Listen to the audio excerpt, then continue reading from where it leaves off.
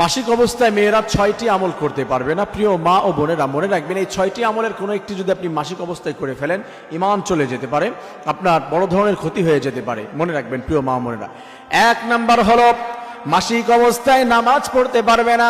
আল্লাহ তাআলা সুযোগ দিয়েছেন সর্বনিম্ন 3 দিন, সর্বোচ্চ 10 দিন। আমার মা বোনদের যখন মিন্স হয়ে যাবে, আল্লাহ তাআলা বলেছে এই সময় তাদেরকে সুযোগ দিয়ে দিলাম, নামাজ আদায় করবে না, আমি আল্লাহ তাআলা এই ছাড় তাদের দিয়ে দিলাম। সুবহানাল্লাহ। আমার প্রিয় মা বোনেরা, 2 নাম্বার হলো রোজা রাখতে পারবে না তারা। রোজার সময় যখন চলে আসবে রমাদানুল মুবারাকে, মাসিক অবস্থায় তাদের রোজা রাখা যাবে না। রমজান যখন শেষ হয়ে যাবে, টাইম অনুযায়ী তারা রোজা রেখে দিবে, আল্লাহ তাআলা তাদের আমলনামায় সওয়াব দান করে দিবে। সুবহানাল্লাহ। 3 নাম্বার হচ্ছে মিন্স অবস্থায় মেয়েরা কুরআনুল কারীম স্পর্শ করতে পারবে না, কারণ আল্লাহ তাআলা জানিয়েছে লা ইয়ামাসসুহু ইল্লাল মুতাহহারুন। তোমরা যখন কুরআনুল কারীম ধরবে, পরিপূর্ণ তোমাদের পবিত্রতা অর্জন করতে হবে। পবিত্র ছাড়া কোরআন ধরতে পারবে না। মিন্স অবস্থায় কোরআনুল কারীম স্পর্শ করা যাবে না।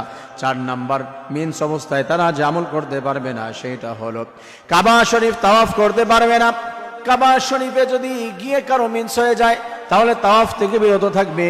আল্লাহ তাআলা তাদেরকে হজের সময় মিন্স যদি চলে আসে, তাহলে কাবাকে তাওয়াফ করা হারাম করে দিয়েছে। 5 নম্বরে হলো মসজিদে প্রবেশ করতে পারবে না, কারণ অপবিত্র অবস্থায় মসজিদে প্রবেশ করা হারাম। তারা এই সময় অপবিত্র থাকে। রব্বুল আলামিন বলেছেন তার হাবিবের মাধ্যমে, তারা যদি ঘরে বা বাইরে যে জায়গায় নামাজ পড়ুক, যদি মিন্স হয়ে যায় মসজিদে প্রবেশ করবে না। 6 নম্বরে আল্লাহ রব্বুল আলামিন জানিয়ে দিলেন সহবাস করতে পারবে না। যখন মিন্সের সময় হয়, আল্লাহ বলেছেন ওয়ালা তাকরাবুহুন্না হাত্তা ইয়াতহুরন। আল্লাহ তাআলা বলেছেন তারা যখন অপবিত্র থাকে, তার মানে মিন্স অবস্থায় থাকে, তখন তাদের কাছেও যাবে না, তাদের সঙ্গে সহবাস করবে না। আমার প্রিয় মা বোনের, এই 6টি বিষয় মনে রাখতে হবে যে মিন্স অবস্থায় আপনি করতে পারবেন না।